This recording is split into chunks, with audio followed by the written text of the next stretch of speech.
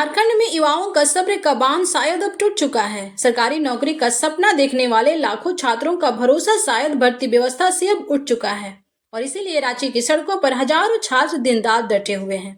बारिश में भी, बिना टेंट के भी, और अब तो भूख हड़ताल तक शुरू हो चुकी है। ये सिर्फ एक परीक्षा का विरोध नहीं, ये सिर्फ पेपर लीक का भी मामला नहीं, बल्कि सवाल है युवाओं के भविष्य का, रोजगार का और सिस्टम पर भरोसे का। आज हम पूरी निष्पक्षता से समझेंगे कि आखिर जेपीएससी जेएसएससी विवाद क्या है, छात्रों की मांगे क्या हैं, सरकार क्या कर रही है और यह आंदोलन झारखंड की राजनीति और युवाओं के भविष्य को किस दिशा में ले जा सकता है।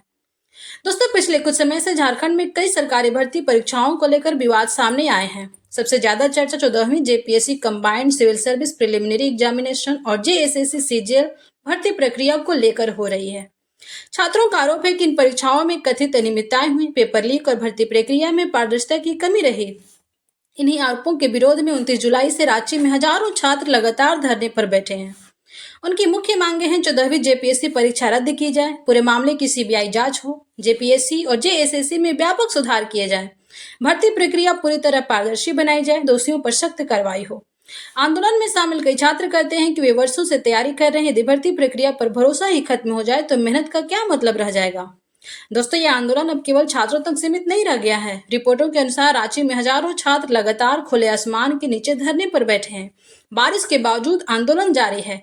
छात्र नेता देवेंद्र नाथ महतो ने अनिश्चितकालीन भूख हड़ताल भी शुरू कर दी है, जिससे आंदोलन और तेज हो गया है।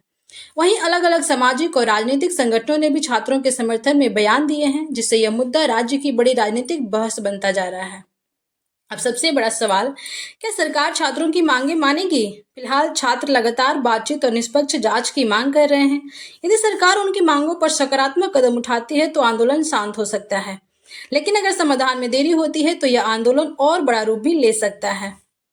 इस समय सबसे जरूरी है कि जांच निष्पक्ष हो, दोषी पाए जाने वालों पर कार्रवाई हो और भर्ती प्रक्रिया पर युवाओं का भरोसा फिर से कायम हो।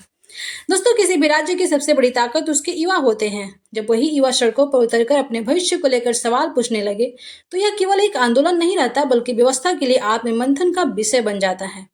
दूसरी ओर किसी भी परीक्षा या भर्ती में अनियमितताओं के आरोपों की जांच तथ्यों और कानून के आधार पर होनी चाहिए। अंतिम निष्कर्ष जांच पूरी होने के बाद ही सामने आएगा।